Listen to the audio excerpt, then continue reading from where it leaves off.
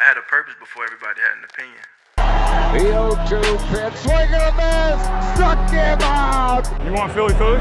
Chase Utley, you are the man. You come out backyard and you try to start something, you always get your butt kicked. The prayers have been answered. How about those Eagles, baby? And Rio Muto can run for days. Can you feel what's about to happen on this field, man? A perfect game. Roy Halladay has thrown the second perfect game in Philadelphia Phillies history. All right, we are back here today with another Philly Talk episode. This time, it's because the NFL season is about to start this Friday with the Eagles and Packers taking each other on in Brazil. So, much like last season and the previous season that I did on my other channel, here to talk about a preview for the upcoming season for the Philadelphia Eagles. Talk about, some expectations and of course go over the record. As always, I kind of got like a script with bullet points, but at the same time sort of freestyling this off the top of my head. But did my research ahead of this, wanted to look into this team really well and really sort of talk about my expectations. And really the expectations with this team is very similar to the start of the year that we talked about with the Phillies, but let's break it down first. Let's talk about the offense first.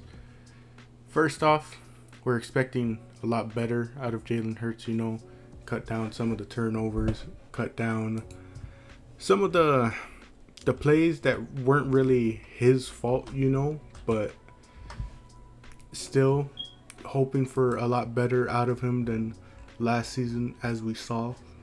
Last season it wasn't even completely terrible. It's not like he did completely terrible, but like I said, you want to cut down on some of those things, such as the interceptions, had 15 of them. I don't remember what his fumbles look like. Let me see if it shows here. Let's see, because he had 15 touchdowns rushing, which is good. He got 68 first downs rushing. That was pretty cool too. He had 600 yards, not as much as the previous two seasons, and 9 fumbles. Which oh wow, I didn't even notice that. That's times.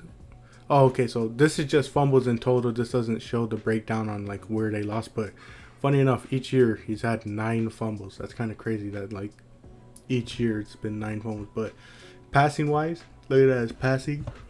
He had 3,858 yards, 23 touchdowns, 15 interceptions. Want to see a bit more, last year was only 1 more touchdown than the previous, but almost basically doubling the amount of picks. So you want to see better than that. You want to see him get back to that previous level, But yeah, I just kind of want to see more out of him. Hoping that, especially with Kellen Moore there, that he can really unlock what Steichen did for Hurts, That's just the biggest thing that I'm hoping for, is that someone can really unlock this offense's true potential like it was under Steichen, Especially, with Moore, the number one thing I want to see is more movement on the offense for the wide receivers, Pre-snap movement was almost non-existent, for us last year, and more so than that also, anything over the middle, please, it was like we were just running deep plays and short routes the entire time. It was like we were never really targeting the middle as much as other teams were doing to us, and I know that's always based on like team by team, because some teams have really good linebackers that you can't, really do stuff over the middle against, but it was like they weren't even attempting it against the bad teams, And like I said, there was barely any pre-snap movement. I'm just hoping for a lot better out of this team. Saquon, when we're talking about individual players, I think, the biggest thing you want out of him is a healthy season and a crazy season behind our O-line. And, while talking about the O-line, you're just hoping that Jurgens can fill in for Kelsey, and then one of Becton or Steen can fill in at that right guard spot. And if they play well, like I said, and you get a healthy season out of Saquon, I don't know why you wouldn't expect such a crazy season out of him. you know, I always bring it up, you know, because it's also fantasy season. What's it called? Sorry, I'm blanking on it. I drafted Saquon with my first pick. I know that's a big reach, especially if you know where I was drafting. But that's basically the amount of hope I have in Saquon. That I'm just like, I have a feeling behind this Eagles O-line with this team, he should be pretty good, you know. But it's all dependent on the way this line plays. I mean, you already know what you're getting out of Jordan Mailata, Landon Dickerson, and Lane Johnson, but it's Jurgens and either Becton or Steen, whoever fills in. I mean, right now I think it's Becton, and Becton seems pretty optimistic about his upcoming year, pretty optimistic about, you know, his play. So, and I mean, he's a pretty big dude too. So imagine, you know, if he works out well and you have him and Lane on the other side, dude, it's going to be a tough offensive line to get through, you know. But even with that run game, you know, going to other players, AJ and Smithy, I think it's pretty easy to say that, you know, they're still both going to break 1,000 yards, you know, barring any drastic, you know, injuries or just play. It's like I still think both will break 1,000 yards easily.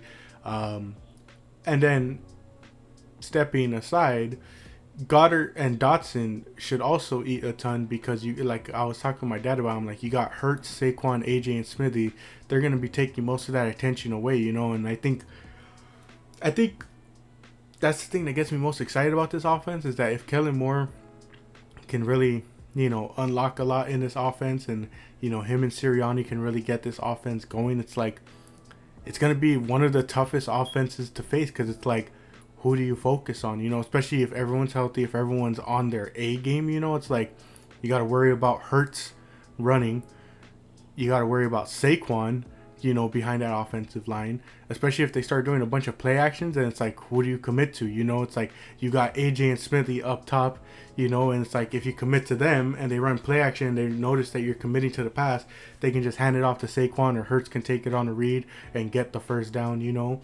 Or you commit to the run and boom, there's AJ or Smithy wide open, you know. But then also it's like you start, like, it's that thing of like you start double teaming, putting focus on AJ, here comes Smithy. You start putting attention on Smithy, here comes AJ. You start putting attention on both, here comes Goddard over the middle as a check down, or Saquon out the backfield, you know. Or like I said, Dotson, who is going to be wide receiver 3.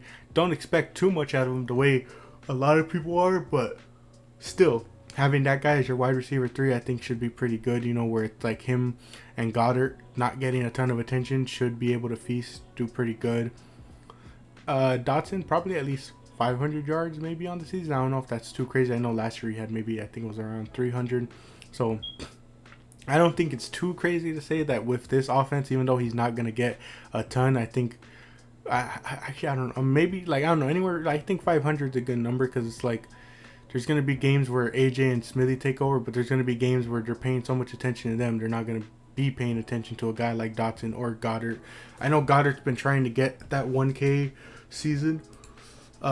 We talked about it last year too, that like that was his big goal. Unfortunately, he had the injury, of course, that, you know, hindered his amount of playing time.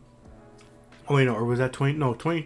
It was 2022, but I think also last year he had some injuries, if I remember correctly. He only had 500 yards last year, which, I mean, he played 14 games, but, you know, struggling offense as well is what contributed. But, you know, I don't think he'll ever get that 1K just because of AJ and Smithy and now Saquon. You know, they're going to be getting a majority of the targets, a majority of the snaps. But I still think, you know, he does get a bounce back, maybe gets up to that. I mean, he was only 8 yards off of 600, so I think he gets to towards that 650, highest 700 range, you know. His peak was 2021 with 830 yards, but you got to remember, that was before AJ came over, that's before Saquon came over, and Smithy was the only other real target, and that was Smithy's rookie year, I believe. So I don't know if he gets that 800 mark. It really depends on how unlocked this offense gets, but, you know, still expecting some good things out of him and Dotson as sort of those safety nets. And then, like we said with Hurts, you know, cut down the interceptions, be a bit smarter with that run game, especially because, you know, you have Saquon, you have Gainwell, You know, I think Hurts should be good. Oh, then you got Will Shipley, the rookie, as well. So you should be good with those three guys in the backfield. Now, that's not saying I want Hurts to completely stop rushing, but I just want him to be a bit more smarter. And especially, you know, because of last year, you know, he had those injury concerns with his back, you know, that seemed to plague his type of play. You know, he didn't seem as mobile at times. He didn't seem like as agile at times. And I mean, he still did pretty good for himself. But, you know, that's just the main concern for me, is just, you know, be a bit more conservative and smart with that, with his rushing. And overall, you know, I think the offense is the most exciting part. Moving on to the defense, just like last year, kind of the biggest question mark for me. Like I said last year, the talent is there. This time there's a bunch of different talent. You know, you brought Chauncey back. You got Mitchell and DeJean in the draft. You got Trotter as well. No Fletcher Cox, but that does open the doors for Jalen Carter and Jordan Davis to get more time. Hassan Reddick's out, but in comes Huff and more time for Nolan Smith, you know. But, you know, like the offense, let's kind of go through some positions. Let's kind of go through some names. Starting off, Josh Sweat. Need better than what we got last year with Reddick gone and them putting their faith completely in him. I need Sweat to be more consistent. You know, we just can't have him doing what he did last year with those consecutive weeks to end the season without a sack, you know. Need him to come up, especially in crunch time and clutch time, you know. That's the biggest thing we need. The secondary, I need lockdown, man. I don't even want to sell it short and just say that, oh, I want better than whatever last year was. No, I need drastic improvement. I know they're young, but I need guys like Mitchell and Rogers to really step up and help lock down that secondary. Chauncey's back. You know, he's going to be a ball hawk. We got Ringo, Ricks, and DeJean also, who I'm going to need to see a bit more playing time out of them to really prove themselves, but I'm excited for their potential, you know. Slay's going to be Slay. Got Bradbury and Brown at the safety spots when they come back from their injuries, because I believe they're still injured, as well as Blankenship, who should be a fun pair with Chauncey. Overall, like I said, I'm expecting a lot from this group, even with their inexperience, because it mainly just comes from that desperate need for any type of play to be better than whatever we got last year, you know. Just really want that secondary to improve. The next spot, which is easily the biggest wild card, which I would even go as far as to say will be the biggest X factor for this Eagles defense, because we know what that defensive line can be. The secondary is inexperienced and young, but they have potential, you know, and they have the veterans like Chauncey and Slay there to help out. But the linebacker spot is the biggest wild card, and like I said, could be the biggest X factor, because we saw last year that was their biggest place of defense that would get targeted because the linebackers just weren't good. Looking at the linebackers, Nakobe Dean, Jeremiah Trotter Jr., Devin White, Nolan Smith, Zach Bond. I just need any of these guys to prove that they can be great out there. I mean, Smith's like going to be used in rushing packages more as an end, you know, but the rest of the linebackers, I just need any type of improvement over last year. Same thing as the secondary, you know. It's like I need more improvement. In preseason, Nakobe Dean and Jeremiah Trotter Jr. looked like a great combo, at least to me. But it's all about health for Nakobe Dean, as we know. I'm a big fan, and I sincerely hope the best for him. But, you know, I need him to be healthy this year. I know it's not something he can control, you know, but I just need a good, healthy year out of him, because I just feel like him and Trotter can be an interesting unit for this team. And, you know, they can also mix up things, you know, with various packages depending on what their call is, with guys like Devin White, Nolan Smith, Zach Bond. You know, it's a whole lot of things that they can do with this team and this unit, you know. But overall, like I said, I need this defense to just be miles better, and I just need the two units to be cohesive, you know. I need the offense and defense to back each other up, and no more of this, oh well, when the offense is doing good, the defense is slacking. When the defense is doing good, the offense can't score, stuff like that, you know. It's like, I know football, every game is going to be different, but like I just need some cohesiveness from this offense or defense, you know. I don't mind losing a game, you know, off of just one play, you know, compared to we lost this game because the defense or offense couldn't do nothing while the other was making the plays to help the other out, you know. So I need some cohesiveness. And I didn't write it in the script here, but before we get into the schedule, I guess I got to talk about it. It's not really something you can predict until the season, but when it comes to trade deadline, it'll be interesting to see what this team does, especially, if they're doing well enough. What sort of moves do they make to go all in? We've kind of seen them make some moves to try and go all in the past. Some of them worked, some of them didn't, but I'm really interested to see. I mean, we saw during that Super Bowl run year, after that one game where they were just terrible against the run, what did they do? They went out and signed the Ndamukong Suh, Linval Joseph, I think was the other one, I can't remember if they made any trades. I know last year they made a trade for that guy from the Titans, Kevin Byard. Didn't really turn out that well. I think it was Byard. Interested to see what they do here, especially because I wonder if they do make any trades, considering, Howie's a cap wizard, he's going to always find a way around that cap.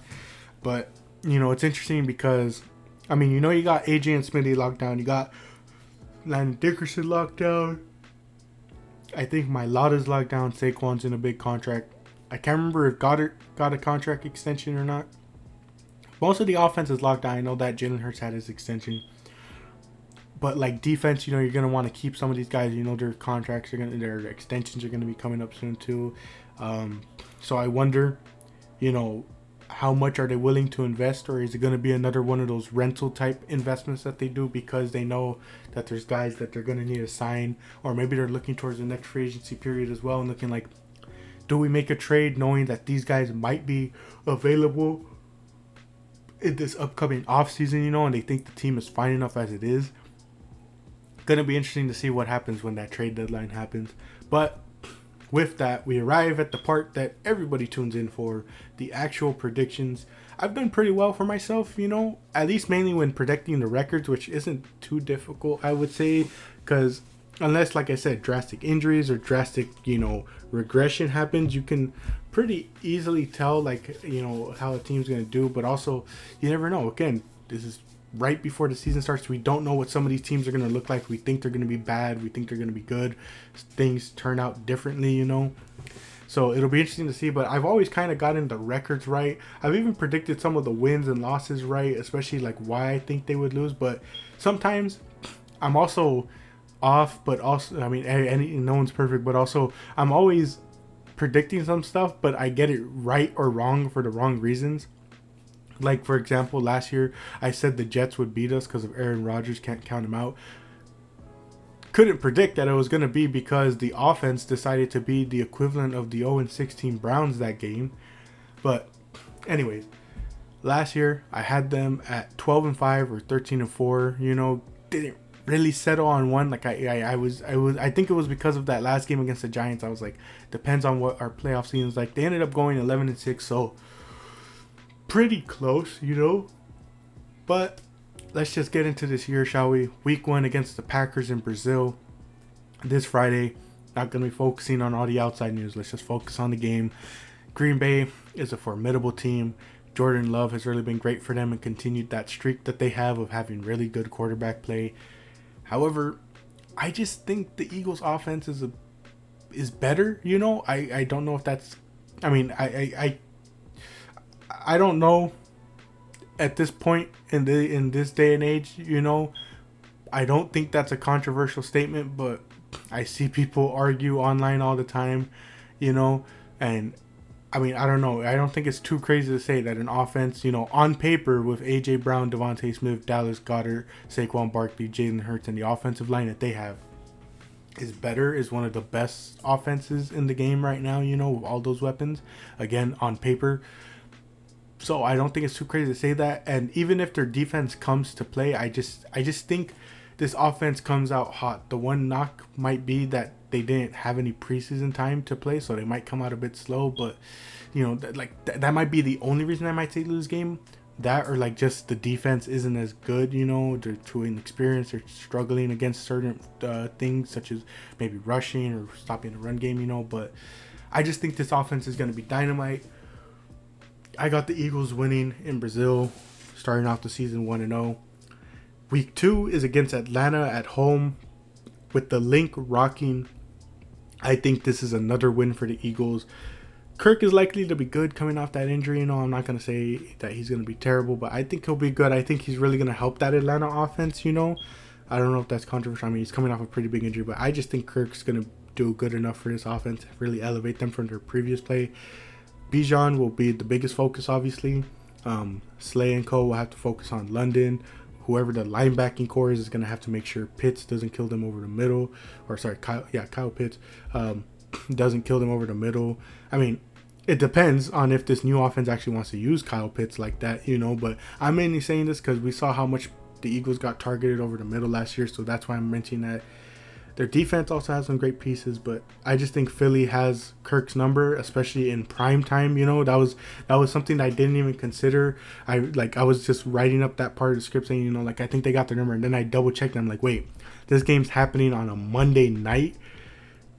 I think they get Kirk's number. You know, I don't know, man. I just think they get Kirk here. That's 2-0 to start the season. Week 3 against the Saints in New Orleans. Gonna be kind of short with this one. I think Philly wins. New Orleans is a team that fights every year, but I just think Philly gets it this year. I know they got us last year, but I don't know. Nothing on this offense really impresses me outside of Chris Olave, you know. I don't know. I just think our offense plays better than 10 points this time around, you know. Like, I don't... Like, unless, like I said, unless something crazy happens. Like, I don't think 10 points against the Saints is going to happen again. I just think our offense is a bit better. Not crazy to say, I think the Eagles start off 3-0. But week 4 against the Bucks at Tampa, a real tough one. We beat them last year in the regular season, but lost to them horribly in the playoffs. I think this is the first game where we really feel the absence of Jason Kelce. I think Jurgens and, like I said, either combo of Steen or Becton will do favorably in the previous weeks, you know. I think they'll hold up for themselves. It won't be too big of an issue, but I mean, going against Vita Vea here, I think that's going to be the major challenge. And then you pair that with Levante David in the middle and then Tampa secondary.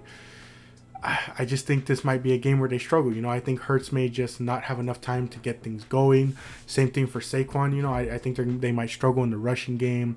And with Vita Vea being such a presence and opening up the rushing for other players on that Tampa defense, they might be getting to Hurts a lot faster to the point where plays aren't able to develop down the field. It's going to be a hard-fought one, but I just think this is where they lose their first game, and it's tough because that means heading into the bye week with a loss.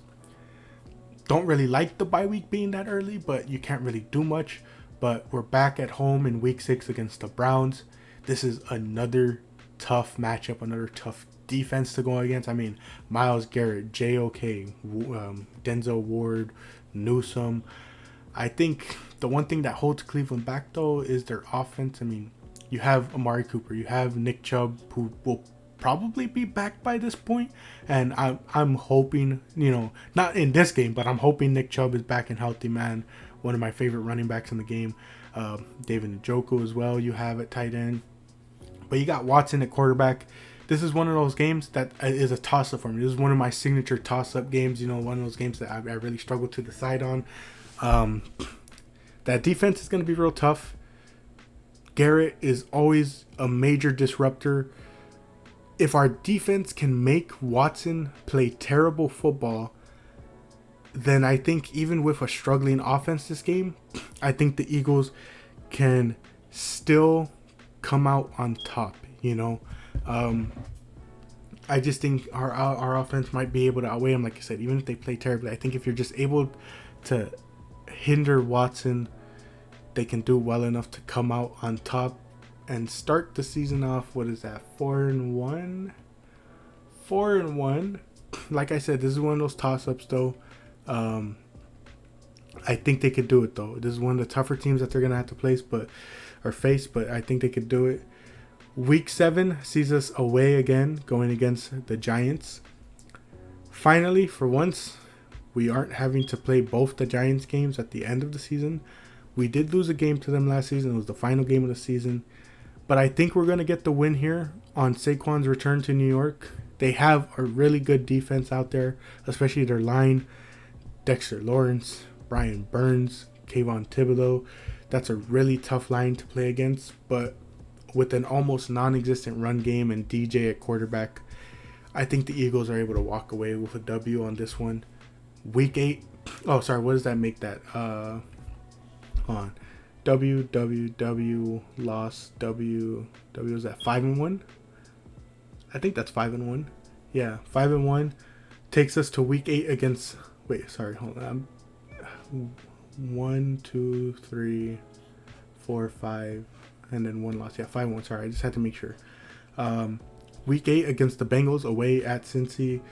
Not trying to speak too early, but a lot of people do look at this as a potential Super Bowl matchup. I mean, obviously you got the Chiefs that you got to take down, and the Eagles got to prove themselves in this NFC. But that's what people are looking at because they're both two formidable teams. Both filled with star power. You got Burrow, Chase, Higgins, Hubbard, Hendrickson. A lot of good players on that Cincy team. To me, this is really about whose offense falters first. And that also kind of ties into whose defense steps up first. I think it's going to be a back and forth affair, and whatever team gets that stop, that pivotal stop to get the advantage, is I think who walks out on top. And personally, I think I got Cincy beating us in this one. It's going to be a good one. If it lives up to my expectations, this is a potential game of the year contender. This drops us to 5-2. Week 9 is our return home against the Jaguars. Another sort of tough assessment. It all depends on which Trevor Lawrence is present in this game. Etienne and Bigsby are a formidable running back duo that you got to face. Pair that with Kirk, Thomas, Davis, and Ingram. It's a formidable offense. I think the Eagles got this one though, especially because I think their passing game really does a good job. If I remember correctly, Jacksonville didn't really do too well against the pass last season. I was looking at some of their stats. They didn't do too well. Against the run, I think, is what they were best against. So I think our offense comes to shine in this one. What does that make it? 6-2 at this point. Week 10, facing off against the Cowboys in Dallas. The past 2 years, the teams have really gotten better at winning at home. It used to not be the case. So Dallas, always the thorn in our side. Off principle, I have to say they win here. They likely take it at home, and we win at home. That's just the way it is now. And that's just the way I think it's going to split. Week 11, Commanders at home. Another thorn in our sides, always putting up a fight, making for the craziest games. Even with their additions, though, I think our offense is just too good for them. I mean, Smithy and AJ always go off against them. And now you have to worry about Saquon, too. I think that's just going to be too much for them. Hopefully it's not as close as last season where, you had to win it. Did they win one of the games in overtime? I can't even remember, but it was just really close. Thorn in our side, man. Thorn in our side, but I think they get it here. What does that make it? Oh, sorry, I didn't even include the Dallas. And so what was it? After the Jaguars, it was 6-2, I believe. So Dallas, we lose. That makes it 6-3. Win against Commanders, 7-3. Week 12 against the Rams. If we replicate the formula from last year, I think we can win. They don't got Aaron Donald, so that should help us in the run game. I could see a scenario where, the trio of, Kyron Williams, Puka Nacua, Cooper Kupp do really well and really make that Eagles defense struggle. But I just think in this scenario, I think we are able to see the Eagles replicate last year and get this win off.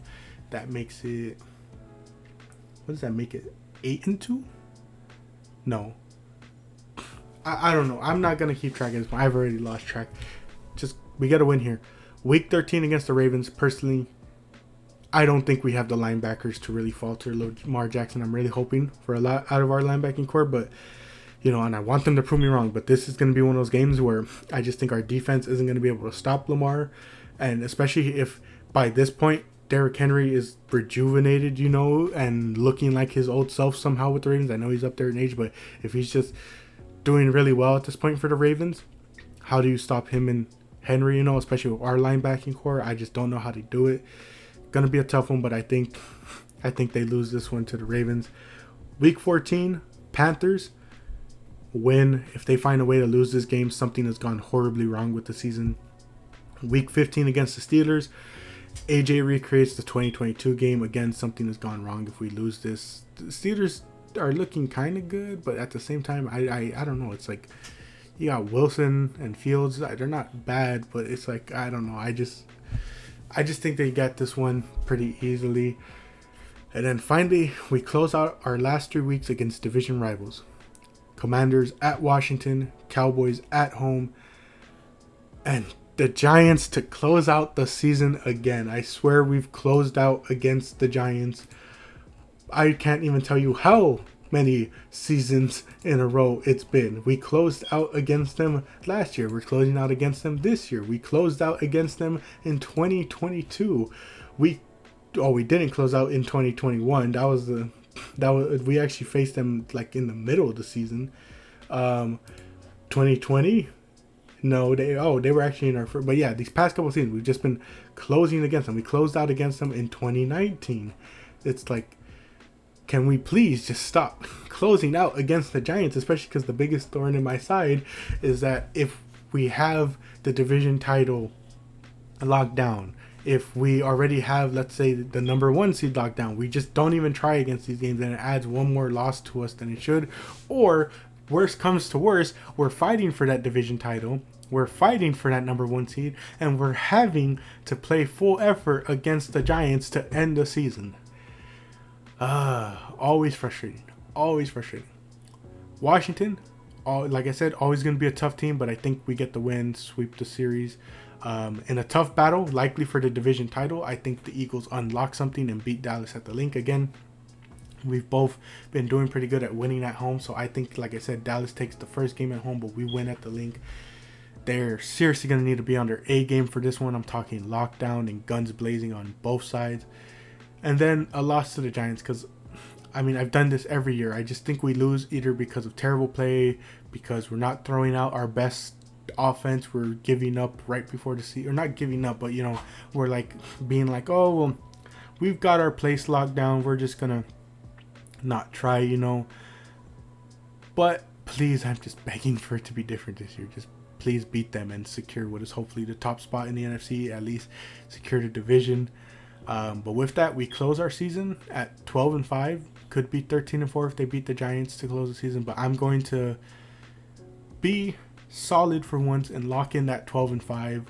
Going to be interesting to see how the rest of the team's schedules play out, you know. But this is just the way I look at, you know, the Eagles, especially. Always got to remember, this stuff is likely to age bad because this is always on paper. This is before we see teams. This is before injuries happen. This is before we see regression from teams and players. This is before we see progression from other teams who you might not think they're going to be as good, but then they just unlock something. They take that next step, you know. I feel like this has been my prediction for the past 2 seasons as well. It's like anywhere between 11-6, 12-5, 13-4 is where I've predicted them. I can't remember what my 2022 prediction was, but I was pretty optimistic on them. But I did give them a couple of losses to teams that they ended up like doing really well against. Like I think they beat Indiana, they beat Pittsburgh last season. You know, I was pretty good with some of the picks, but again, the reasonings were off, like that Jets one. But a 1-game improvement from last year seems reasonable enough with our additions. You know, that defense is still a big question mark. How much will our coordinators make a difference, especially? I have high expectations, but that really just comes from the previous 2 seasons, you know? It's the same thing with, like, the Phillies, you know? You got there in 2022. You had a horrible collapse in 2023. I just want better for this next upcoming year, you know? I mean, seriously. My biggest hope for this Eagles season is that I'm just not giving up at the halfway point. We were 11-1, and in so many of my videos, you could hear me talking about the lack of hope. You could just hear it in my voice. We were 11-1, and yet I knew we weren't going far come playoff time. I was so optimistic of this team in 2022, and then you compare it to 2023. Like, it is so sad watching those videos go by where you just see me like, you see me talking about these issues that need to get fixed, and they're not getting fixed. And then finally you get to this point where it's like, after the Jets game, it was like I was so down on this team, but I was still like, maybe they can change. But it was like by a certain point, I can't even remember what game it was, but you just heard me going, it doesn't even matter at this point because they're not making changes, they're not adjusting, they're not being you're not adapting. It doesn't matter what the record is, they're not gonna go far. And then it was like by the time season ended, I literally said like I wouldn't be surprised if they lost in the wild card. You know, and that's what ended up happening. So I just want something better than that. You know, I don't want to give up on the season halfway through it. You know, but I'm pretty optimistic for this team. you know. I just hope for the best. I hope they're a fun team to watch, especially. Last year they weren't really fun to watch. 2022 was really fun to watch. I hope they're fun here. And just like I said last year, the ceiling is Super Bowl. The floor is, of course, playoff team. But just like the Phillies, I need them to fully capitalize on the team they have and make that final push.